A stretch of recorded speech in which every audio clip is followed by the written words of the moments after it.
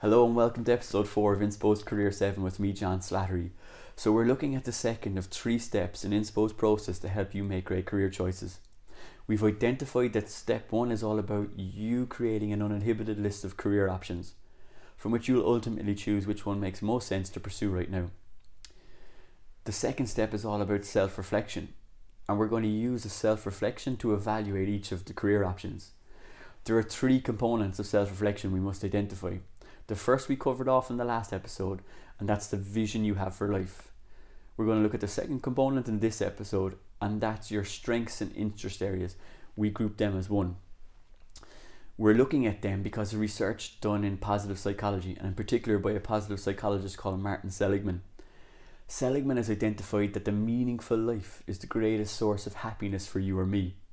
Seligman defines the meaningful life as when we use our best strengths towards something greater than us. To simplify that, on one side we've got our best strengths, on the other side we've got what I call our interest areas, our biggest interest areas in life. So we need to identify those 2 things. So how do we identify our best strengths? Well, here's a couple of options for you.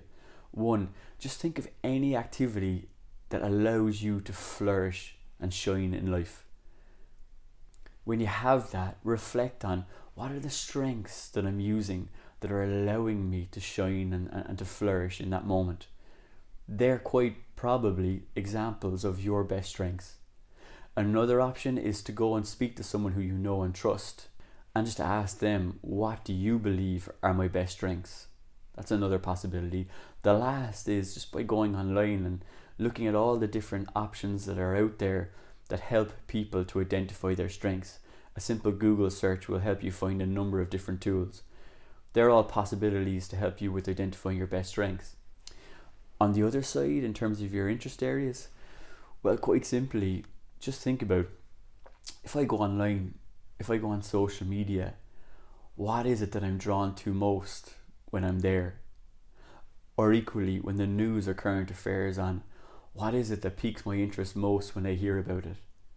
Quite possibly your answers here are your biggest interests in life. So it's going to be the combination of those 2 things that we're looking for. And that's our second component of self-reflection. So we're now 2/3 of the way there to completing step 2. So I hope you're finding this to be beneficial, to be practical. If you've any feedback at all on how we can make these videos better, just let me know, john@inspo.e, or send me a message through LinkedIn. Equally, if you find that it would be helpful to chat to someone and you'd like to chat to me about your career, just please do the same. Email me at john@inspo or send me a message on LinkedIn. Be delighted to chat to you. I really appreciate you checking in again today. Looking forward to catching up with you for episode 5. In the meantime, have a great rest of the day and chat to you soon.